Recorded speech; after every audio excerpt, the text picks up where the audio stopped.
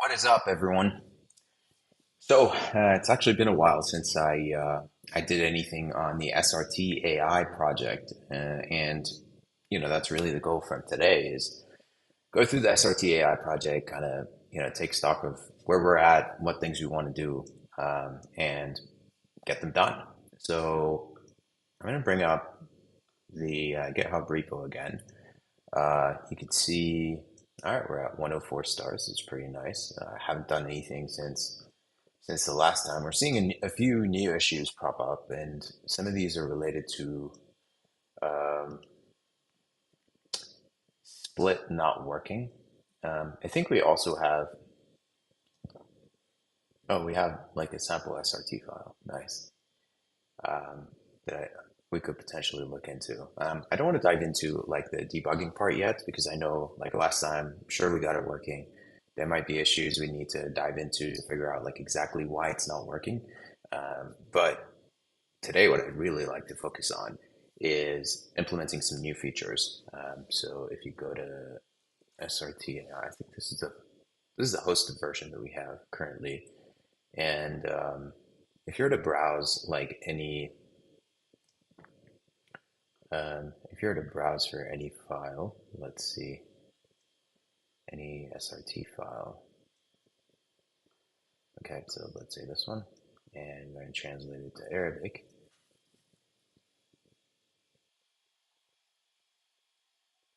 Um,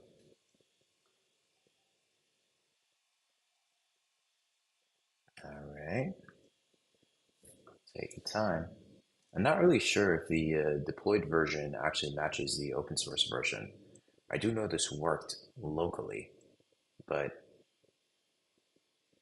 I'm not sure if the version deployed actually works with this. It might not. It might actually be because, yeah, see, you're getting a 405 error, and I suspect it's because the API key has been revoked. Anyway, forget that. We'll run this locally because I think we have, yeah, we have a local.env configured with like my actual OpenAI key. So if I do npm run dev, with any luck, this should actually work. And yeah, so let's see if I can find some SRT files to drag in.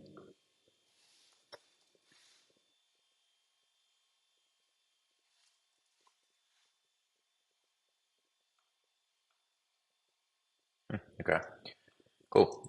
So let me just drag in an SRT file, translate it to Arabic, and we should find, it's not working. OpenAI returned an error. Oh, okay. Yeah, I suspect that's probably because of the API key.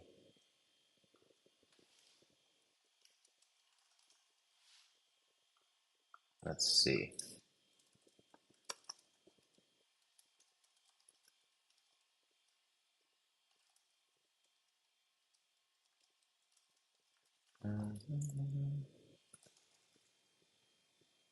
Yeah,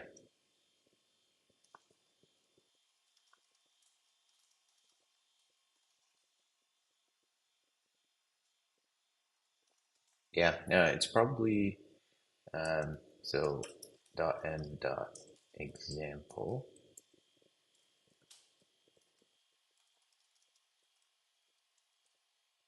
Let's try again. So basically, what I did is I had a file called .n.local, which set OpenAI API key to empty string, and I suspect that was overriding the .env that I had already configured. So I just got rid of that, renamed it to .env.example, and let's give this another shot. Yeah, Arabic. Cool. All right, nice. Very nice. So that's working perfectly. And so essentially what I want to do today is a couple of things. One is so I want to add a progress bar so you can see like how far along we are in the translation process. The other thing I want to do is also um, I want to uh, add payments. Uh, and what I mean specifically by payments is that before the translation process begins, you should be prompted to pay for the file. Similar to the sketch that I had earlier, which is right over here. Where is it? Yeah, so you drop your SRT file, and then you are prompted to pay. And you can pay with the card that you have already saved on Stripe. Or if you don't have a card, then yeah, essentially you would. I think this failed. This stopped, or maybe it's what's going on here. Nope, no bugs here. It might have just finished. Oh, it's still going on. Okay, cool. Still working. All right. So what are we doing? Right. So we want to add payments. And before the process actually begins, you want to prompt the user to um, pay based on like the length of the SRT file itself. And then you get redirected to Stripe. When you come back, um, at that point, you can start the uh, translation process. And yeah, that's it. Pretty straightforward. After that, you can show, yeah, I mean, after that, you could show the progress bar similar to what we have here. And um anything else? I think that's it. Yeah, should be straightforward. Cool. So let's go ahead and do that. I don't think we need to continue this process. The only thing I'd like to change, this is like a super quick fix, is I noticed that you probably want to reverse this so the translations don't actually show up in this manner. Is it timestamp? Yeah, so you can make this, I think, flex reverse, flex call reverse. So the newest ones show up at the top. Yeah, like this. This would be perfect. So you can actually see like what's going on instead of having to continuously scroll down. Yeah, cool. I think this is a good starting point. So let's create our new branch. Go check out dash B and payments and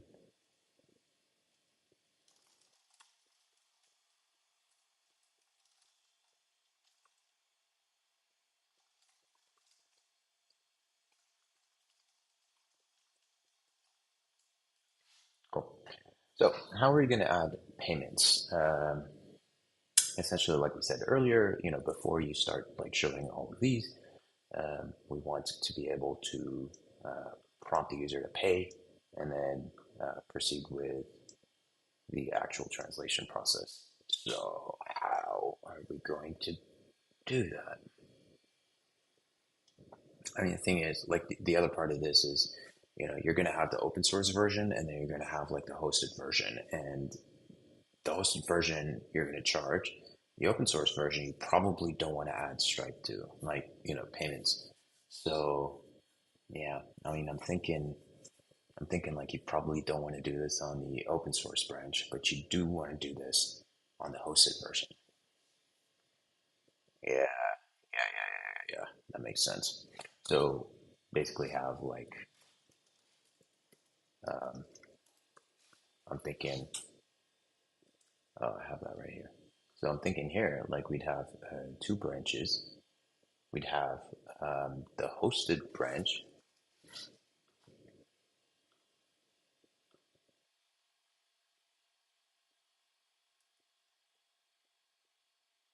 So you'd have the hosted branch and you would have the main branch. And this would target the hosted branch. Well, I mean, in that case,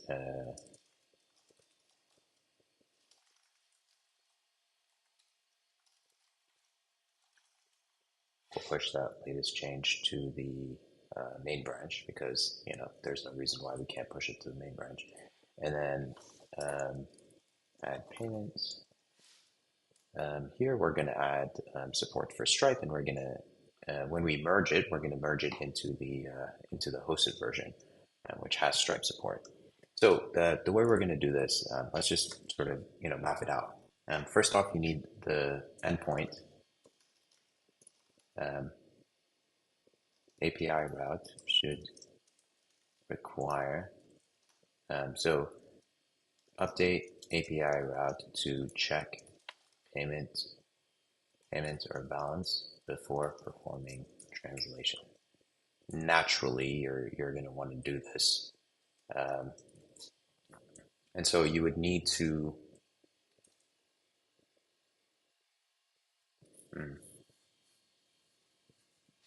Yeah, so here, before you actually begin the process of translation, you want to add a step to check if the user or if the person has, let me adjust the camera a little bit. I think I'm centered. All right, that's better. That's better. Cool. Um, yeah, we want to make sure that the person actually has a balance before we perform the translation. And the way you would do that is you would need some reference for the user. There are a couple of ways. Like one, we could authenticate, like we could add authentication.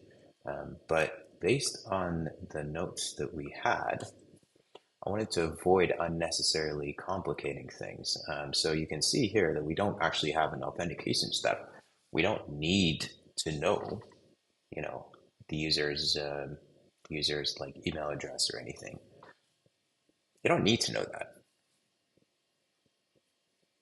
Yeah. And if you don't need to know that, then it's just an extra step. Like you're just adding friction.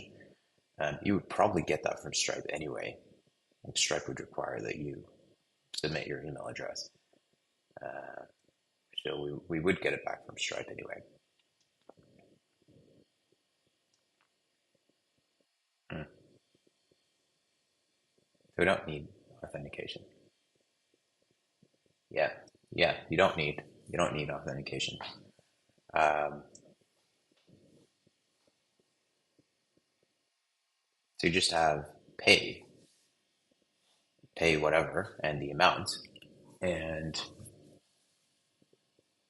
that will take you to Stripe checkout.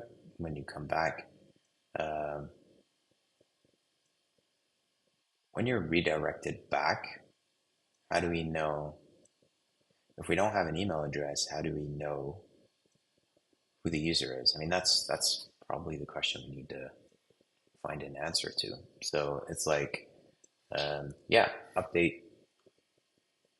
I mean, yeah, you're going to do like update API route to check payments balance before performing translation. But also when redirecting back from Stripe, we need to know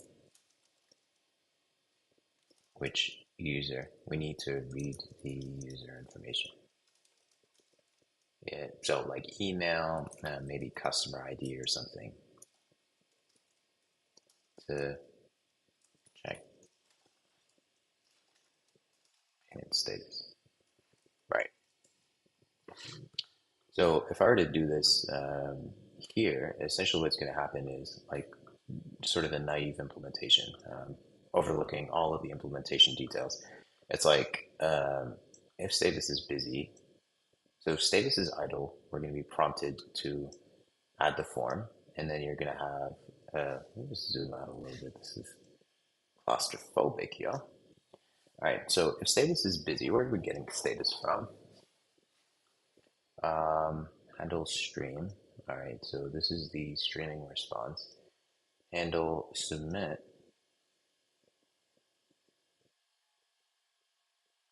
This is where we submit the stream to the API.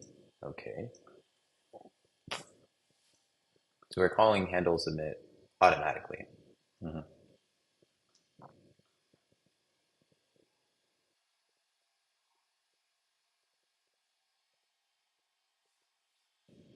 Okay.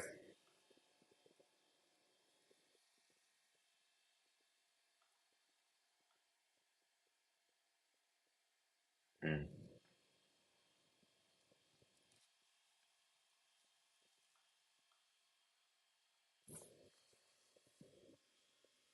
An easy way to kind of think about this is, you would, like the steps would be upload file, um, find file length in minutes,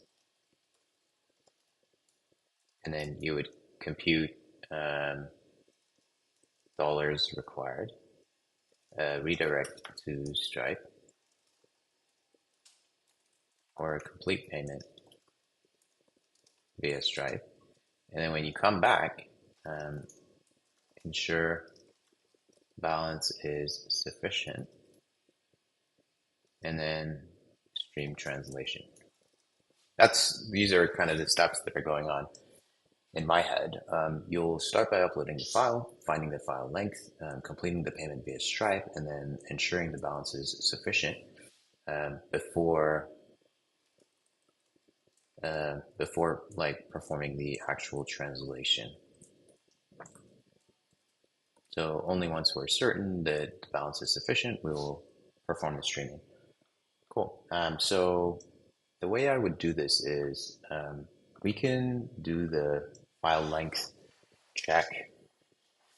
We can do the file length check client side, um, and then create a button that allows you to redirect to Stripe so that you can perform the payment. Yeah,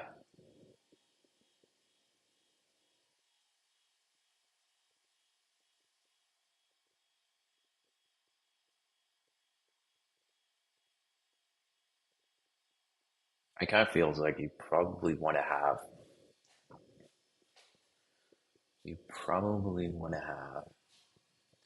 some sort of client side. If you're not using authentication, so if you're not using some authentication provider, you would probably need to have some persistent reference to the user so that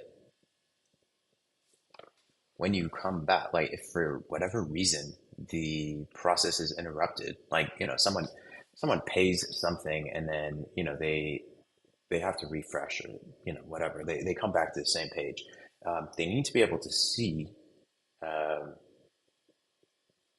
the credit that they already have on their account.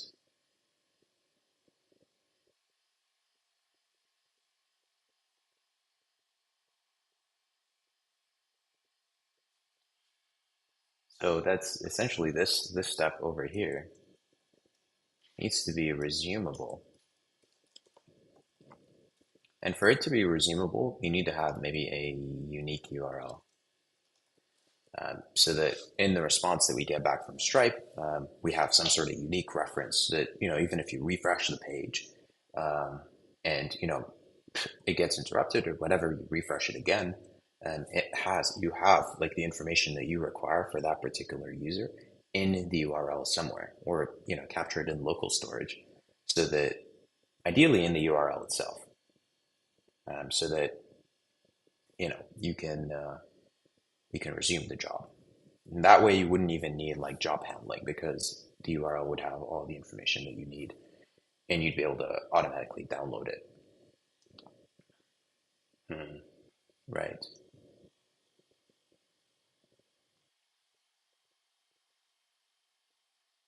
Yeah, yeah, yeah. Okay. All right, cool. So set up the client side thing, and then when you come back, you would need to have a um, so the way I would do this is let's say we're going to create a component called payment button.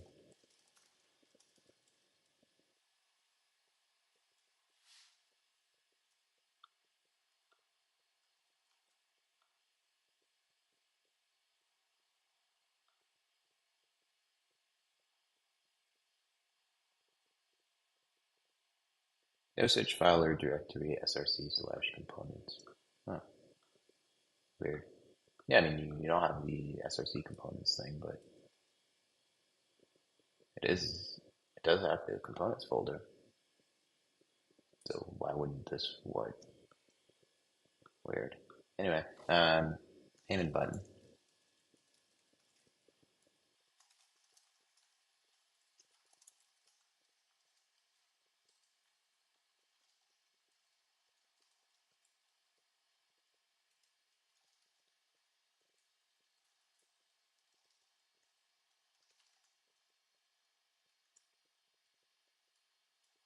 I mean, you need to know the amount, right?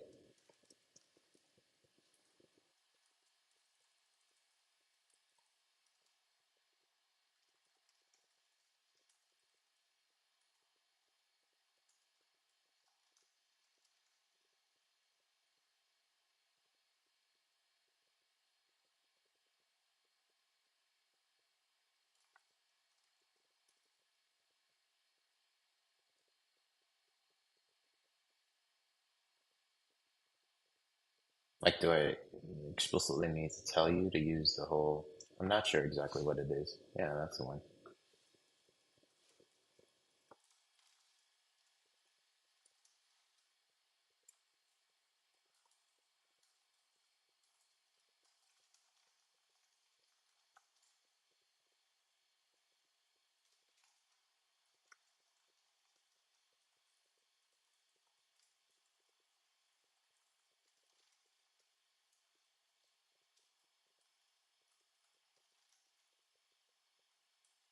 Okay,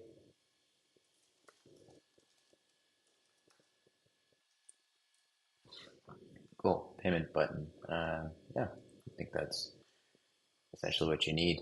So we'll go back to page and then we'll say, all right, so if status is busy, you're not going to set status to busy immediately. So these status things will have to change. Um, Basically, what we're going to do is once you load on this particular page, once you load a file, that tells us exactly what we need to know in terms of like which language you need to target. And instead of calling handle submit, or instead of doing handle submit on the form, this form here, we'll have to change that.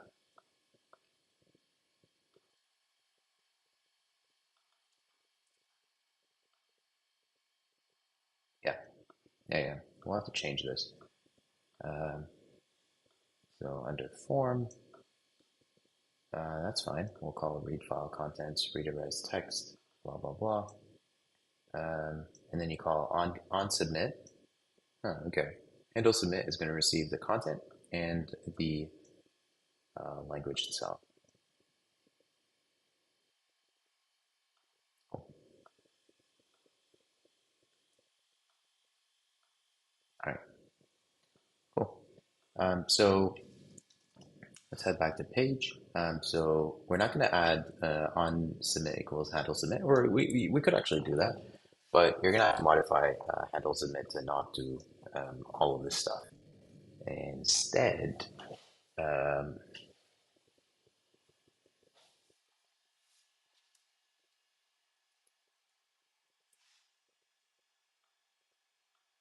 handle submit is going to set status to um,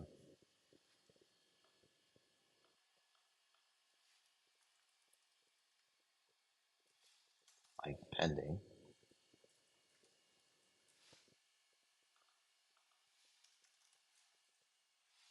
And then here you would have to figure out how much you would need to.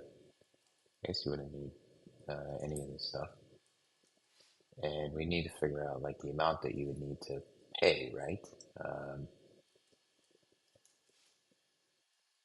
we wouldn't need that either. So you'll have set amount equals 0, and then so set status pending. So we're going to set amount, um, find the length.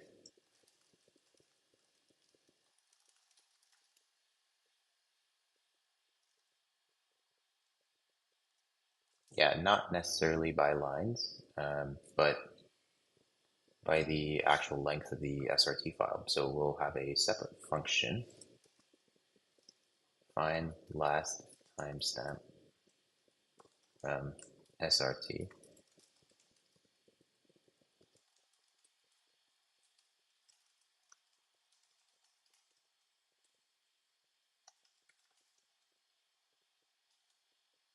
Okay. Last segment. Okay.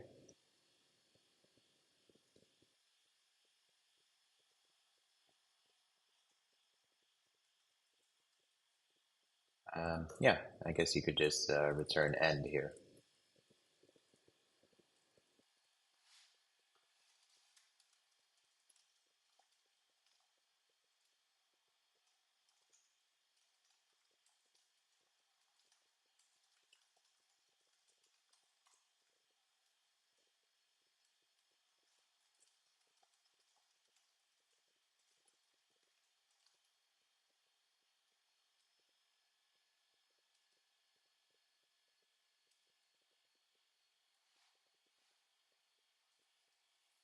Okay. So, so here we're gonna say 2 seconds, timestamp to seconds,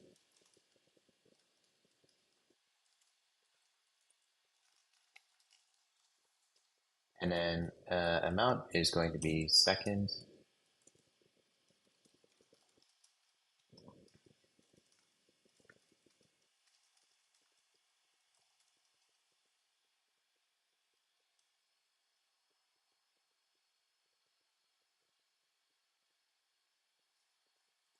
It's actually $1 per second.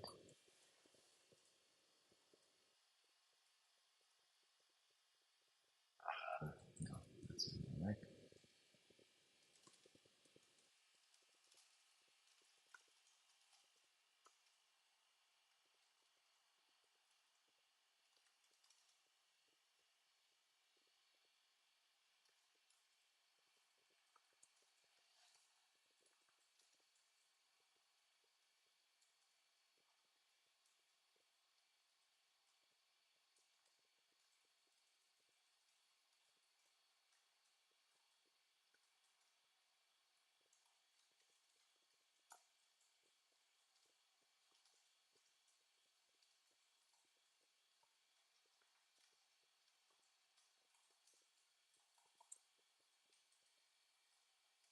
Okay.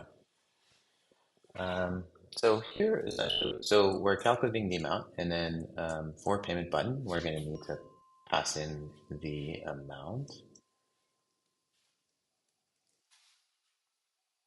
By the way, that dinging sound that was Flow, uh, this awesome Mac app for doing pomodoros.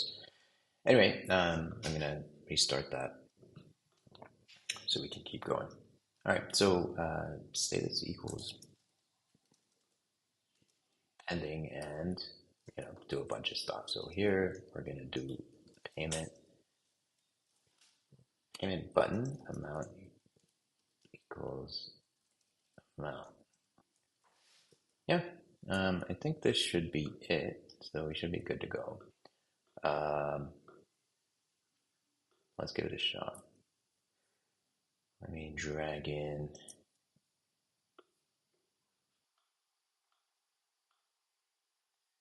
Right, so I got an error. Last segment dot split cannot read properties of undefined.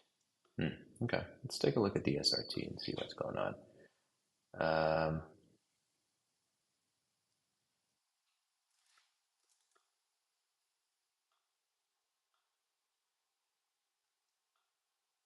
what's going on here? Ba, ba, ba. So console.log. Let's just log that in.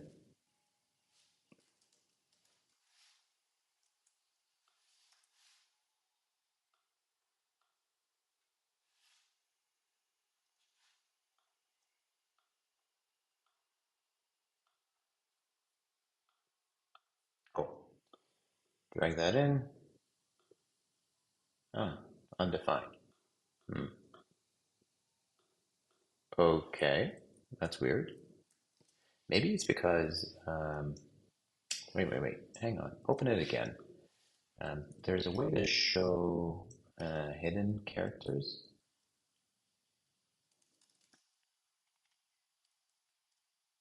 Huh. There's a way VS Code show hidden, show non-printable characters.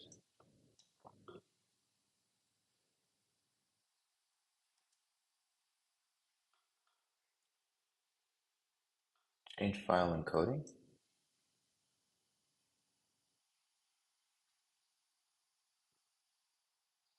View appearance render white space.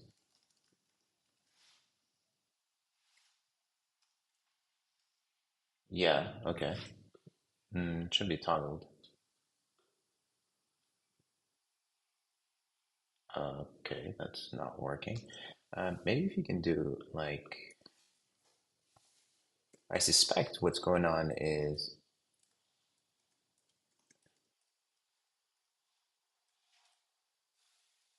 oh, okay. Hmm. Well, that does work. Slash n slash n. So yeah, I mean, we should get the segments, and then I don't know why we're not getting the last segment, but let's try and log segments as a whole and see if that works. Oh, interesting. We're getting slash r slash n, which is why it didn't work. I remember that was a bit of an issue here. We had a library parse segment. Yeah. Yeah, I remember this crap.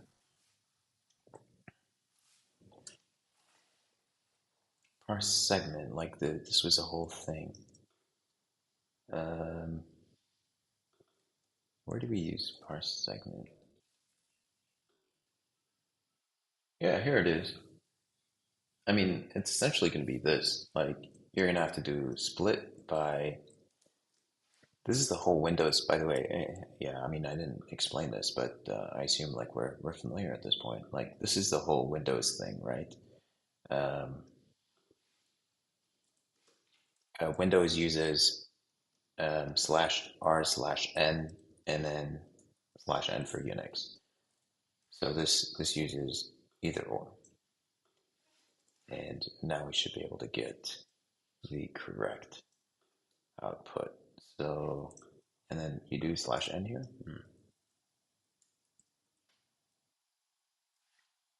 Yeah, I mean you had parse segment here.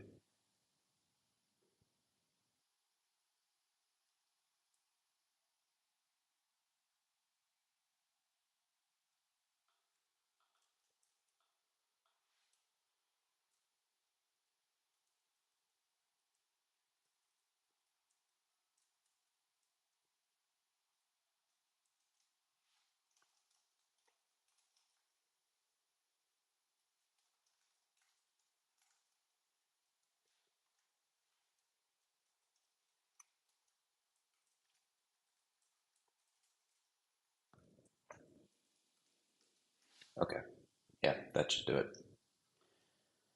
All right, let's give this a shot.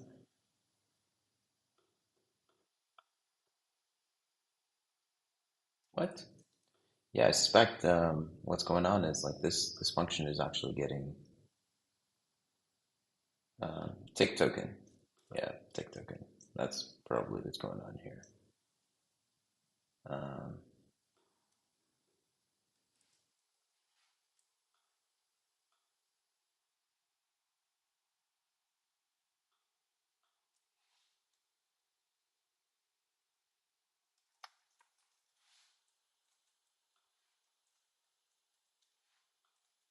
we'll add it to client so that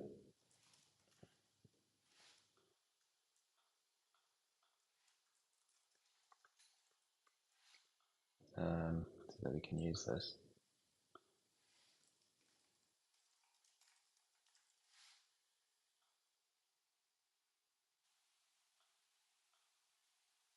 Yeah, parse segment needs to be imported from client now. Okay, Go. Let's run it again. Yeah, see, now it's okay. Let's see. Translate. Cannot read properties of undefined. Reading split again. Huh. What is it now? Let's see. Last segment. Let's log that last segment.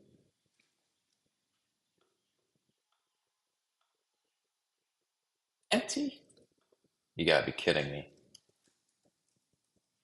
I mean, this is so basic, guys. Why are we wasting so much time on this?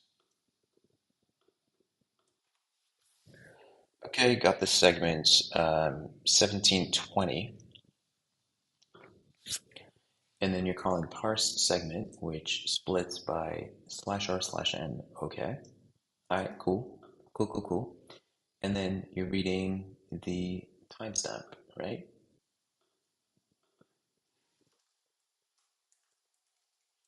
And then you're calling split that.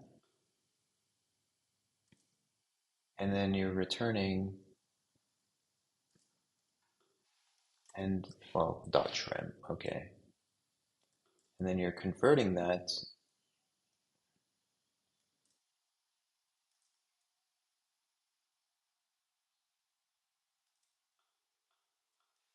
Okay.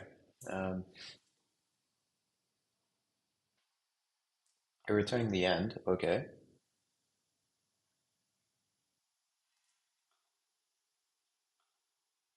Mm, yeah, I mean, this should be like super straightforward. Why are we having any issues here? I don't get it. Uh, I don't get it. If I do like the last one. Oh, look at that. I mean, the last ones are pretty crap, right? Oh, okay, okay, okay. You want to filter out any of them that don't have IDs before you call timestamp 2 seconds. Um, find last timestamp from SRT should actually do some filtering. So it's not going to be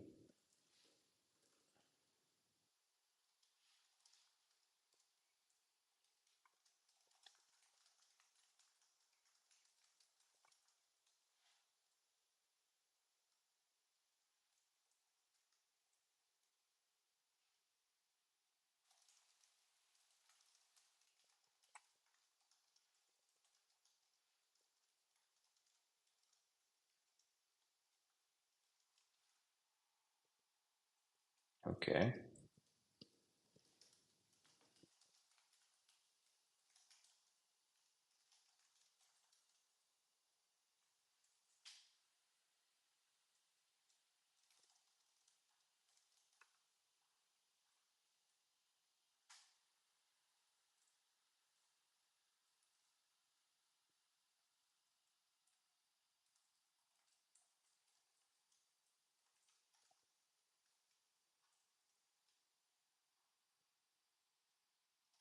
So you want to make sure that the ID is actually numeric.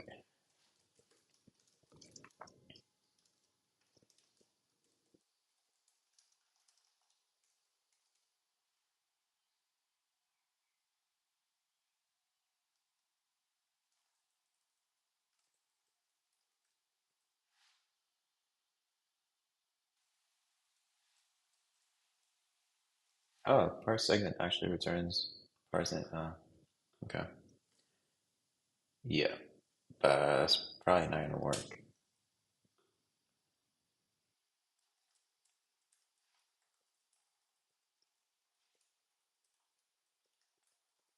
Like if you do this and then you do like parse segment. So let me just save this.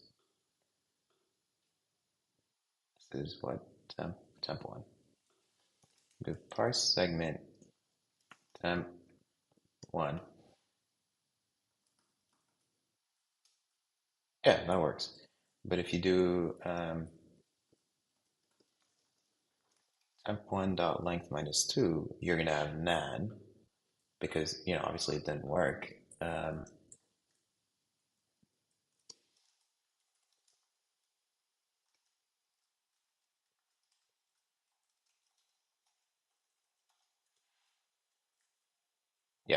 Yeah, this is it.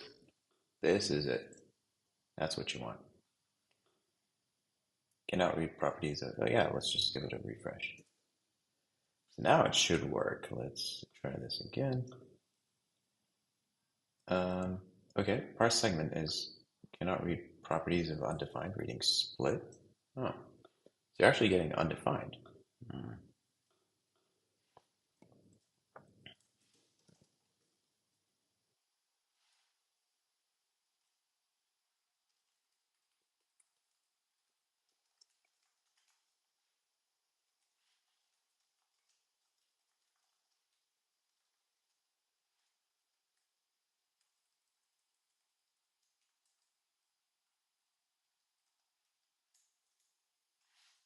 Yeah, that should do it. Once more. All right, so that seems to have, well, not failed. String or undefined. Um,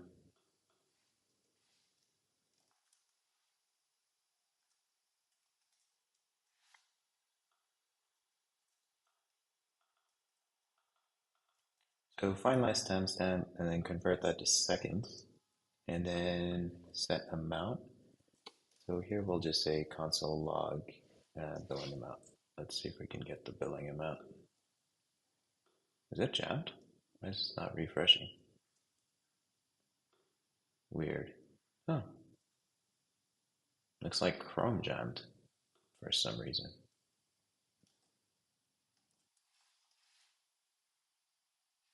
Weird. Let's try again.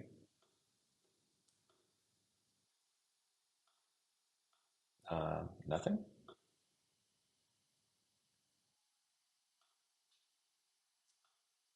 Nothing happened.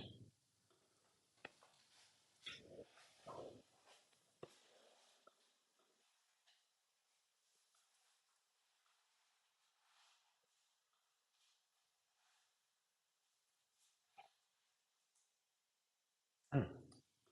Are we calling handles init? Mm-hmm. Weird.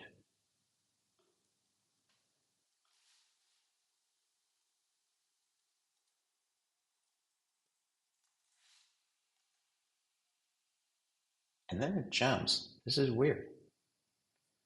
Huh. Why is this happening? Strange indeed. It's almost like we're jamming Chrome.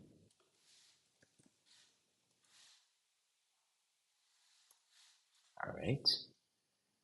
One more time for good luck. All right, so we're capturing the content.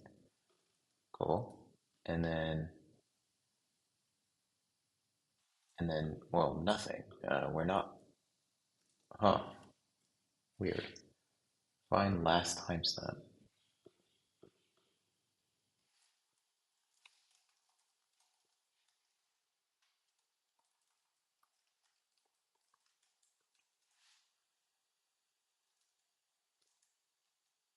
Jammed again. Interesting.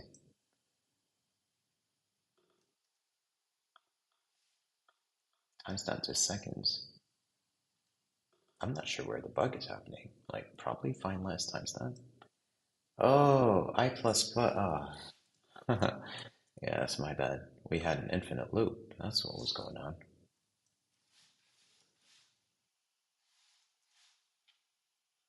I think there was a way, like there was some sort of function that you could use to. Wow. Okay, that's okay. This is. Huh. So it would be $116. Okay, that's pretty expensive. Pretty expensive. $116.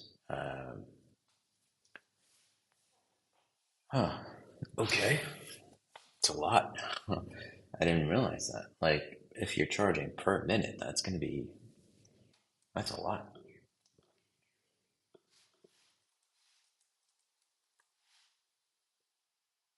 So,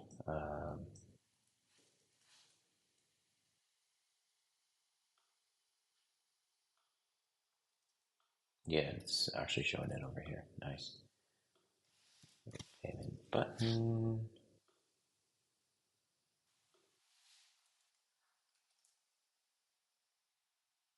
Yeah. All right. I mean, it's cool. Like, this actually works. Like, you could drag any file, hit translate, and then you're shown like exactly how much you need to pay in order to get it translated. That's amazing. That's phenomenal. But then, the charges are pretty high. Maybe what we could do is like $1 per 10 minutes. So for every 10 minutes, 10 minutes, minimum of $1. So you divide by 60. Um,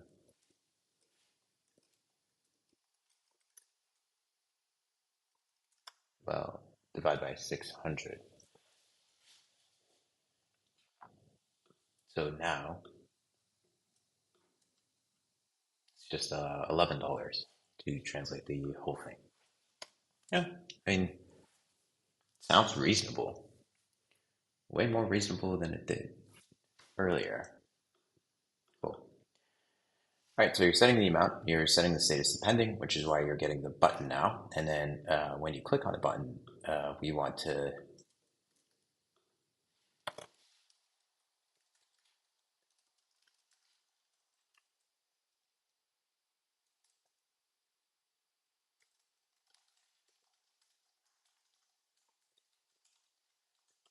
before you can perform the translation, please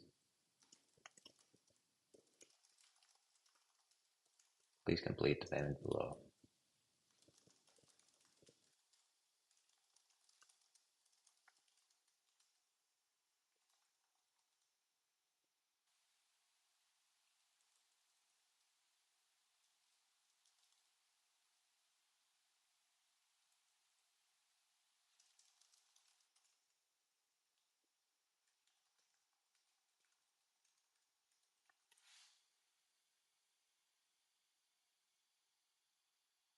Okay, and then when you click on that, we need to get taken to Stripe.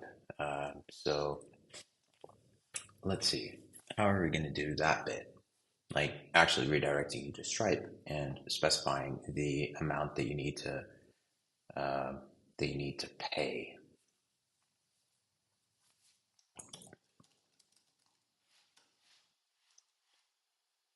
I'm not sure. I mean, I've never actually used Stripe before. Um, well, directly, I know that sounds weird, but um, I've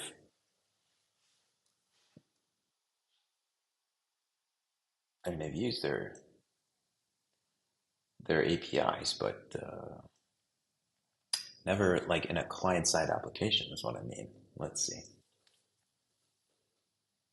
payment links. Yeah, I guess like checkout is going to be what we use. I thought they had I thought they had like some sort of AI feature that you could use. One-time payments, right? That's what we want. Okay.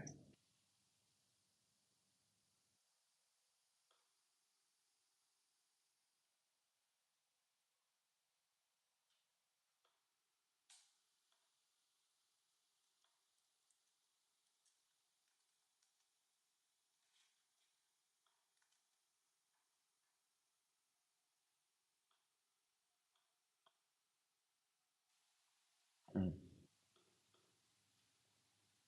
interesting. Cool. All right, so we just need a quick sample code that we can copy to do this.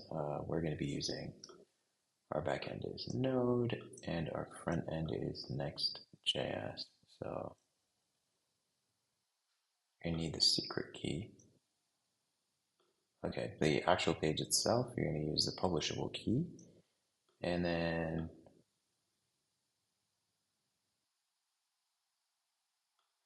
form action, is API slash checkout sessions. Okay.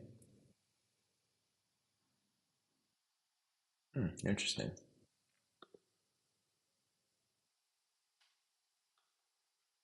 So API checkout sessions is supposed to somehow um, read the user session. So you've already been authenticated somehow, presumably, and you would be able to know the amount that needs to be charged based off some server-side variable. I mean, in our case, you don't actually know up front. So price ID, yeah, that's what's going on here.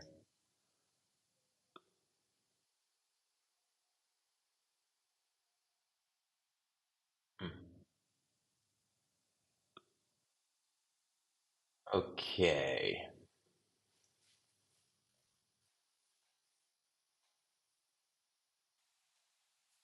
so it's going to redirect to session URL. Hmm. Okay, that makes sense. I mean, in our case, you could show the billing amount, or you could just create a route uh, inside API, so pay, and then have a file in there called route, and um, what are you gonna do? Yeah, we're gonna copy this. I think you do export default function post, something like that. Where is it? Here we are. So you just go this,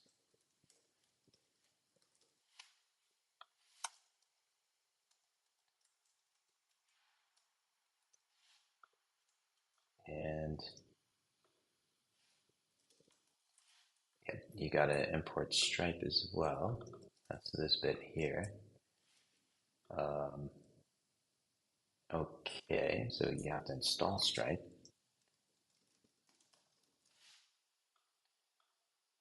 and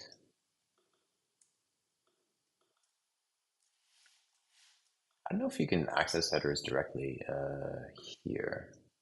Probably not. I don't think you can. Like, first of all, this would be like next request. It wouldn't be, yeah.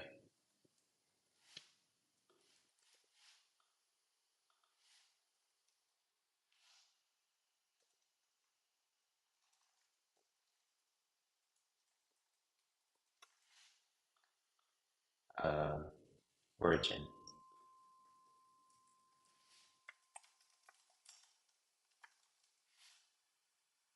Let's see. How do you get the origin? And essentially, what we're trying to do is read the origin. It should be super straightforward, right? Headers, import cookies. Oh, yeah, headers. I mean, it should be super straightforward. Headers uh, allows you to read the HTTP incoming request headers. Yep, that's exactly what we want. All right, and then you call headers. Yeah, okay. All right, cool.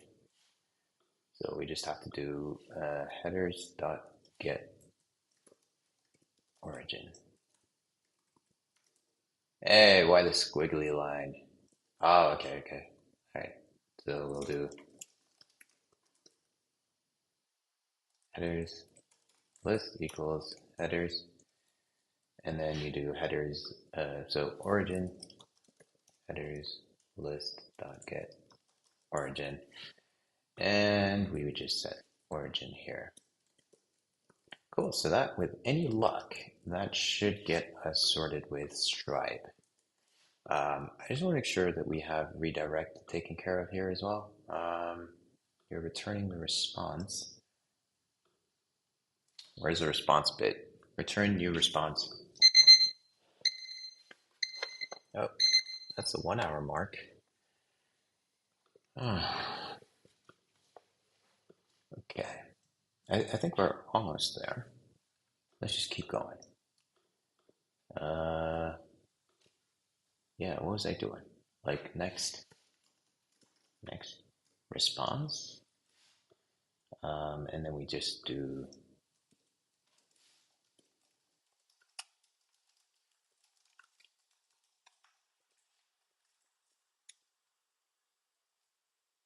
cool.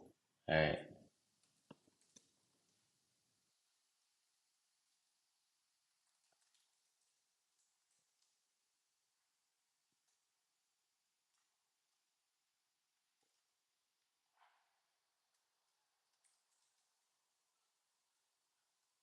error dot status code or 500. Expected zero arguments, but got two. Huh. Um,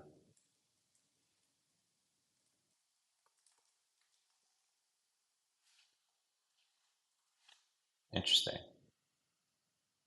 But got one. Oh, okay. I mean, if you're happy with just that, cool. Price ID. Provide the exact price ID of the product you want to sell. Oh, product I want to sell. So am I supposed to configure line items? How do you do like minutes? Yeah, where is it?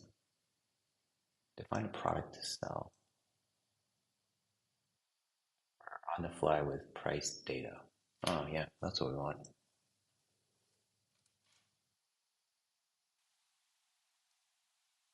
Yeah, okay.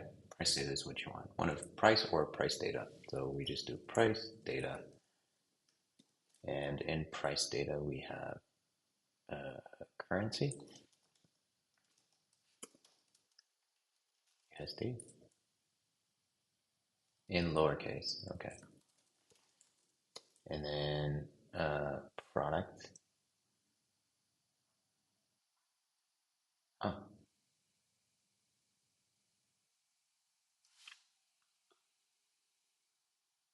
name, description, images, metadata, and tax code. Uh, Getting pretty complicated now.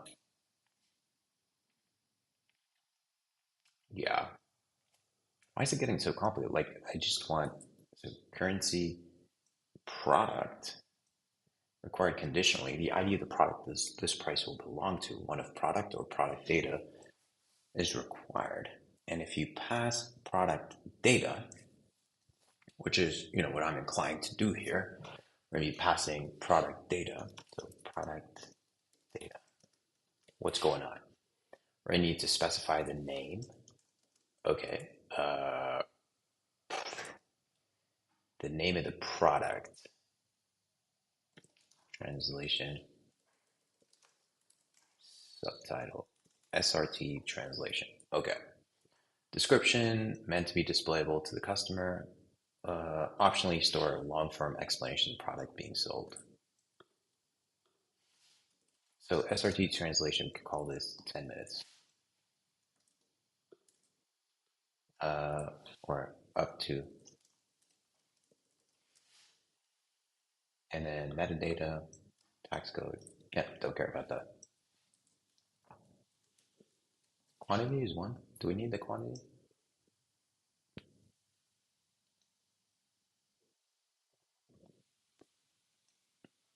Unit amount. Is that under product data? No, it's price data. So unit amount is going to be 100. So $1 per 10 minutes. Okay. Um, Quantity, that's going to be, okay, so this we're going to get from the client. So we're going to have to read.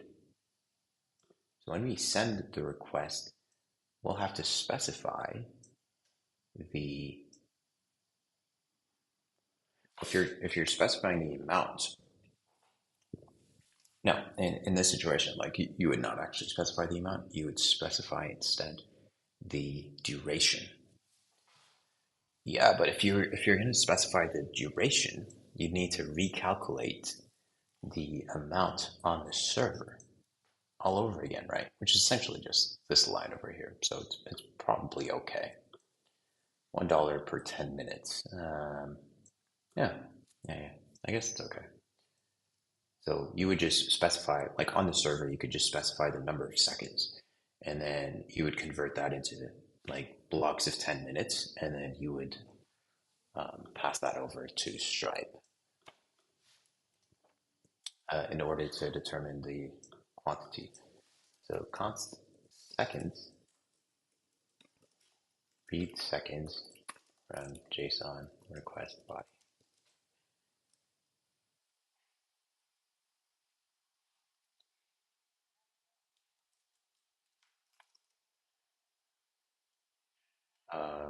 Quantity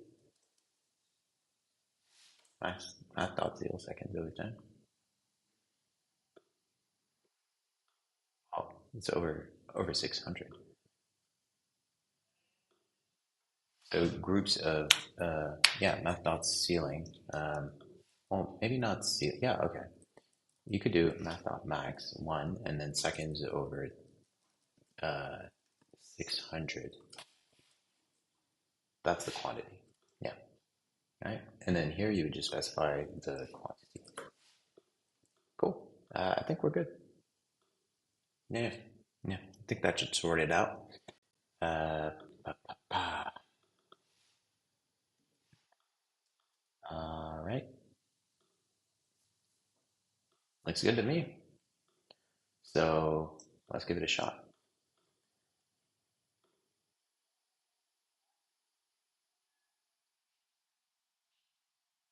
Do we read that right? Like, how do you?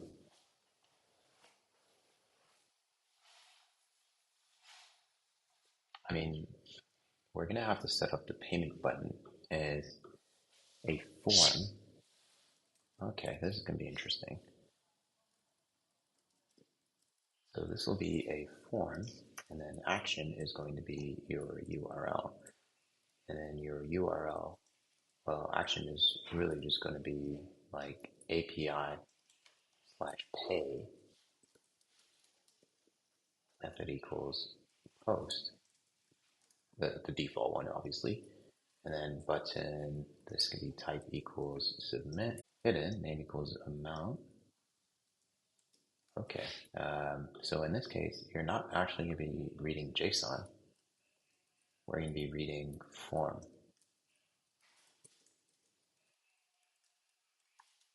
This is a form submit, not JSON.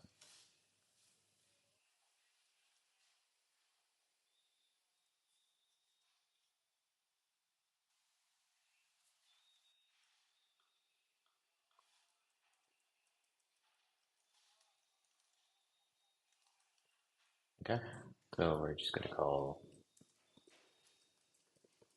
number format form data to get seconds, and yeah, okay. So we're gonna get seconds here. That's what you want from payment button.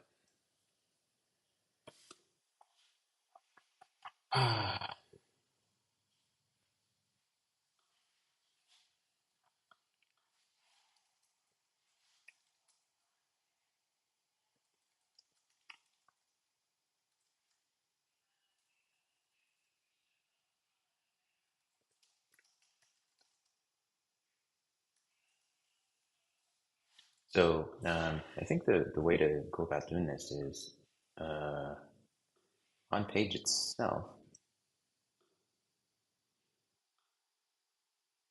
you can just specify seconds here, not amount.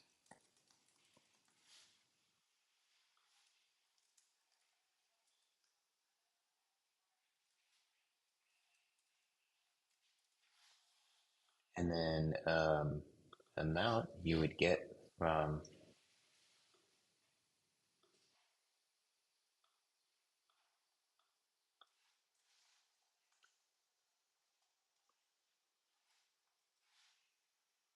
yeah,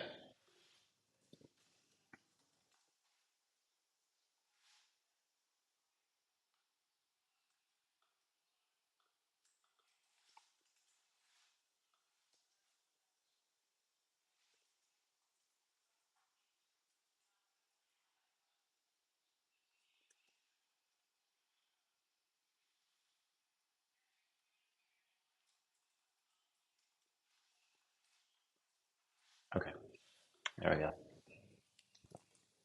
Yep, that should do it. So you have input type equals seconds. That's going to get parsed here. And I think since we're already running this locally, we can just cancel. We can just do npm run dev here. Let me just sort out whatever bugs we have here. Huh. Handle stream. Okay, handle stream is 90 used. All right, let's run this. Ah, so payment button hits API/pay, which receives origin, form data seconds, and then takes care of everything else. All right, let's give this a refresh and see what happens. He's done. Oh, wait a sec. I forgot to add the environment variable for Stripe. Where are we? Stripe secret key. And presumably you're going to need like Stripe publishable key somewhere because I did see it here. Where are we? Page index. Why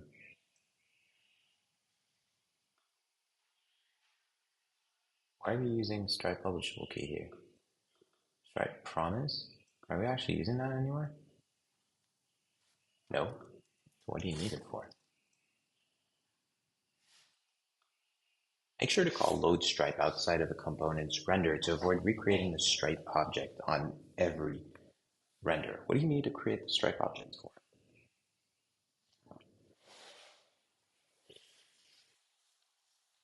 I don't know.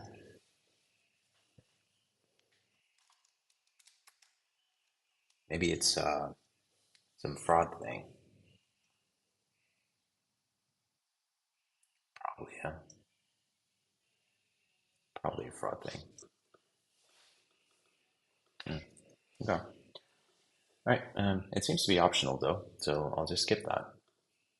In the meantime, what I'll do is add the stripe key. So stripe, what is it called? Stripe secret key. And that I need to get from Stripe. So let me just log in over here.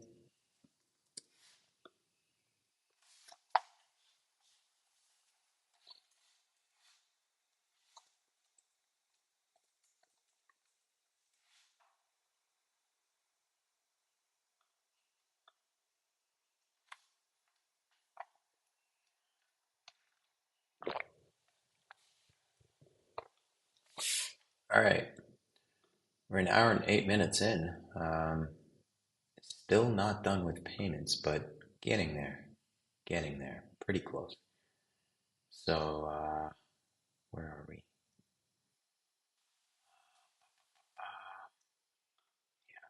Settings. Let me get the API keys.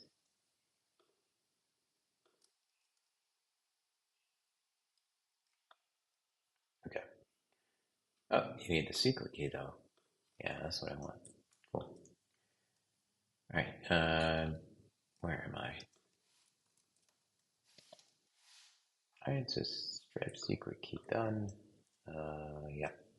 Let's give this a refresh. Let's see. Now we're going to drag an SRT file in here. Choose the language, hit translate, and pay. So we're getting seconds. All right, got the seconds. Quantity is going to be $11. Nice. And then here we just, okay, yeah, let's just do that. Invalid status code. Huh. All right. And let's check out the logs here.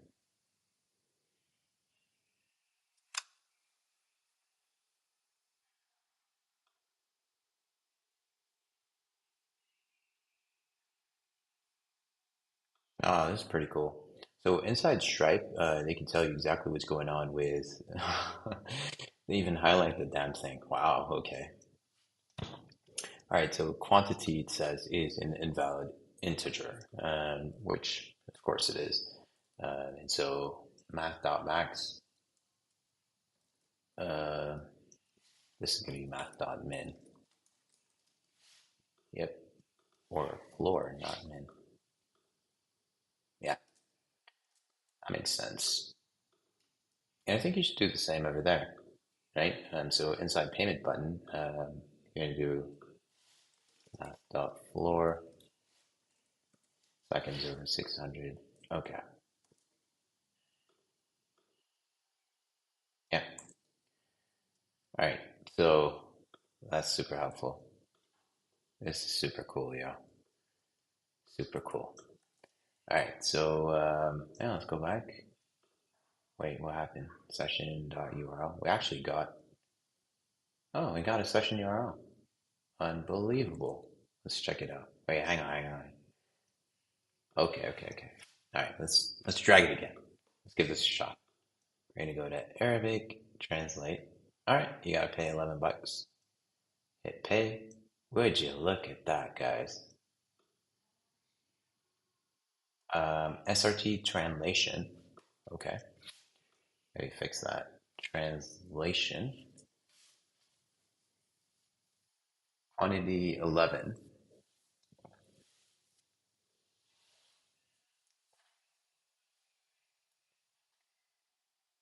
Yeah, okay. I mean, this sounds perfectly good. Okay,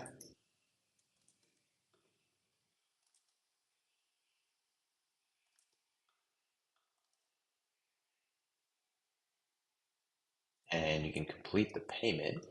Okay, so at this point, ba-ba, I'll just add, sort of keep track of what we've done so far. Okay, okay.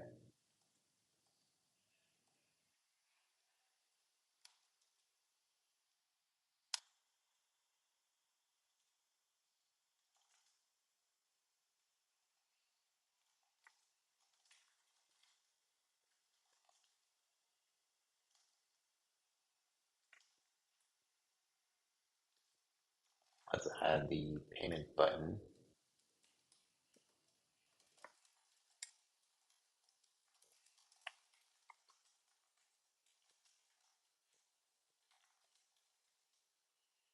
Okay, and then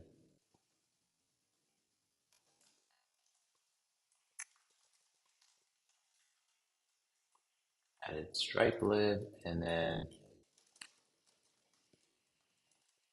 initiate checkout session.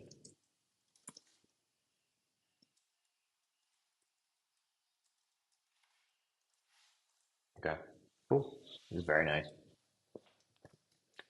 Alrighty, and obviously, so in here, we're going to do pull request into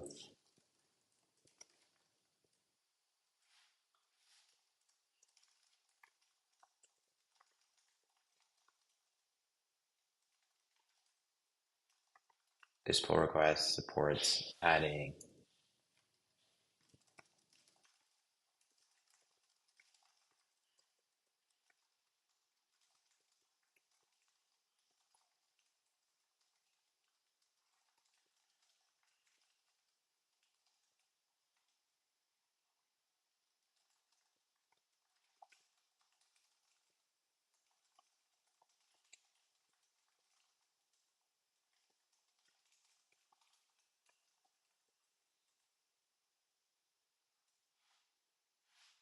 Okay, so this is going to hit the hosted branch.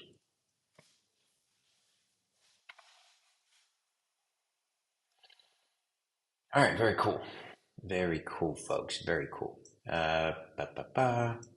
All right, so the question after this is like, okay, so now you can create the checkout session. So people actually see the payment button based on like the length of the SRT that they're actually using. And then you get redirected to Stripe. But we also need to do the second leg of the transaction, which is once we get redirected back, we need to make sure that we listen to the webhook and proceed with the translation process. Um, once we confirm that the payment's been received. So far, we've done the first one, which is upload the file. Cool. We found the file length, complete the payment via Stripe. Now we need the last two steps, which is before actually performing the translation using OpenAI, we need to validate that we have sufficient balance. So listen to that webhook. Either listen to the webhook or somehow query based on uh, a customer reference that we have and that we persist. That's a crucial point. Like you probably have to persist it somewhere. And I think you would need to persist it uh, in local storage. We'll probably have to store it to local storage. Uh, Come to think of it, we probably have to pass it into metadata for the charge that we create so that later on we can come back and query for charges based on like that specific reference that we created, the like anonymous ID. Anyway, I'm getting ahead of myself. We are already at past the 1 hour mark. No, we're at 1 hour 15. So I'm going to wrap up the stream here, and then we'll do the second part of the stream where we add the rest of the payments process to allow you to continue the translation process once we confirm that the funds have been received. All right. Well, let me just check the chat, see if there's anything in there. Oh, Banu